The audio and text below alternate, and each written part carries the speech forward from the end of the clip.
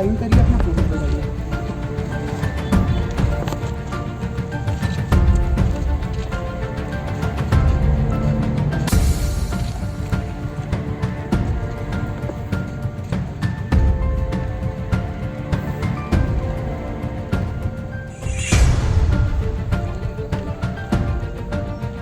बैतूल के भैंसदेही में कलेक्टर जब जन सुनवाई के बाद वापस निकल रहे थे तो रास्ते में एक छात्रा ने बीच सड़क पर बैठकर कलेक्टर का काफिला रोक लिया। बीच सड़क पर छात्रा को बैठी देख कलेक्टर ने अपनी कार से उतरकर छात्रा से बात की और 10 दिनों में उसकी समस्या का समाधान का आश्वासन दिया।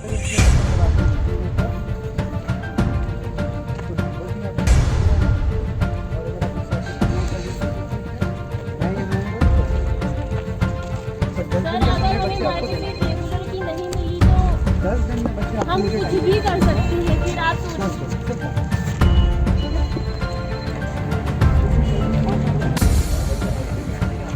आपको बता दें कि बैतूल के भैंसदेही में आज उस समय हंगामा मच गया जब एक छात्रा ने कलेक्टर का कारवा रोक लिया। अपनी रेगुलर मार्कशीट न मिलने से नाराज छात्रा कलेक्टर के कार के सामने धरने पर बैठ गई। वो तब तक कार के सामने से टस से मस नहीं हुई जब तक उसे कलेक्टर का जवाब नहीं मिल गया। आपको बता दें कि छात्रा शासकीय कन्या उच्चतर माध्यमिक विद्यालय भैंसदेही की छात्रा है।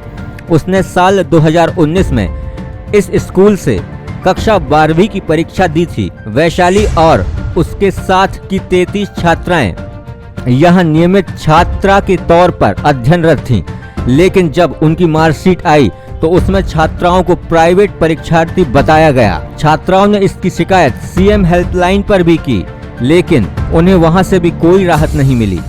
उल्टे स्कूल की प्रिंसिपल उन्हें समझौते के लिए धमकी देती रही। मैं रेगुलर आई हूँ और मुझे प्राइवेट कर दिया गया है स्कूल के द्वारा, प्रिंसिपल सर के द्वारा 12th में। किस कारण से आपको प्राइवेट कर दिया गया था? मैडम की आपसी लड़ाई के कारण। अच्छा, आप बता रहे थे कि मैडम के कोचिंग में नहीं जाने से की वजह से आपको प्राइवेट कर दिया गया। जी, क्या है पूरा मामला, क्या है? हम मैडम के पास कोचिंग नहीं गए थे तो मैडम ने हमें धमकी भी दी थी कि बोले अब तुमको 12th में देख लूँगी। नहीं, प्रतिभा देशमुख मैडम। कहाँ रहती है? सोनार भैंसदेही में रहती है। और ये क्या रेगुलर टीचर है भैंसदेही? नहीं, क्या है? अतिथि है। अतिथि। हम तुम लोग हमारे पास कोचिंग नहीं आ रहे हो, इसीलिए उनने हमको प्राइवेट कर दिया। तो क्या कारण था कि आपको प्राइवेट कर दिया गया? और ऐसे ही आप बता रहे थे कि और भी बहुत सी छात्राएं हैं जिनको सिर्फ कोचिंग नहीं जाने के कारण प्राइवेट कर दिया गया। ऐसी 33 छात्राएं हैं जिनको ऐसी कोचिंग न जाने की वजह से प्राइवेट कर दिया गया है। और मैं कलेक्टर साहब से यही चाहूँगी कि वो हमारी समस्या का समाधान करे। इस पूरे प्रकरण को लेकर क्या आपने इसके पहले कन्या स्कूल के प्राचार्य, हाँ, एवं प्राचार्य और एसडीएम से और बीओ सर से भी हमने इसकी शिकायत की थी, पर उन्होंने कुछ नहीं किया। जब यहाँ शिविर के बाद कलेक्टर वापस रवाना होने लगे तो छात्रा वैशाली कलेक्टर की कार के सामने धरने पर बैठ गई। उसने मांग की कि जब तक उसकी मार्कशीट रेगुलर की नहीं मिलेगी वह कार के सामने से नहीं हटेगी। छात्रा ने यहाँ तक कह दिया कि उसकी समस्या हल नहीं हुई तो वो कुछ भी कदम उठा लेगी।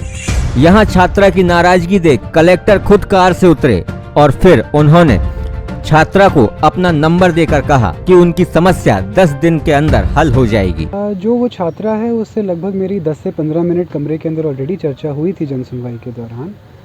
हम लोगों ने विशेष प्रयास करके उस स्कूल से डायरेक्टली अटेंडेंस रजिस्टर को भी बुलवाया था।